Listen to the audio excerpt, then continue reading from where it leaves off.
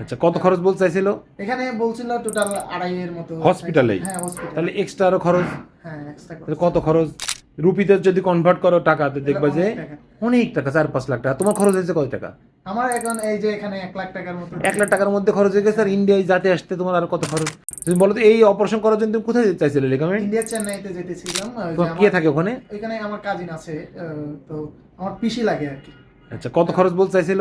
এখানে বলছিল টোটাল 2.5 এর মতো। হসপিটালে? হ্যাঁ হসপিটাল। তাহলে এক্সট্রা আরো খরচ।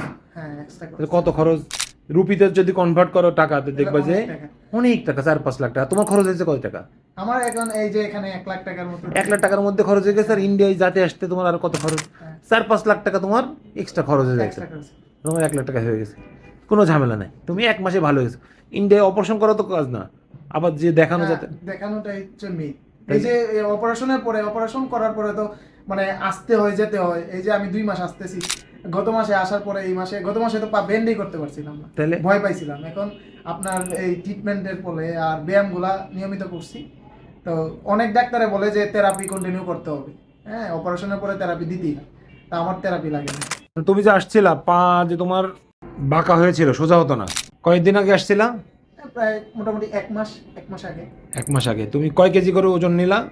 10 কেজি একদম নিয়ে কয়দিন সোজা করে ফেলছো পা? পা মোটামুটি 15 দিনেই একদম আলহামদুলিল্লাহ। হয়ে গেছে। খুশি এখন? হ্যাঁ। পা ভাঁজ করে দেখাও। ভাঁজ হতো এরকম? এরকম হ্যাঁ, তো ভাঁজ হতো? না না, এরকম বাজে না। ভাঁজ হতো না, সোজাও করতে সোজা পারতাম। করতে হবে। আমি তো একটু বসো দেখি কেমন। আবার ওঠো, আবার বসো। তোমার যে লিগামেন্ট আমরা অপারেশন করলাম, কতদিন হলো? প্রায় 2 মাস 5-7 দিনের মতো হবে। ভালোই বসতে পারছো।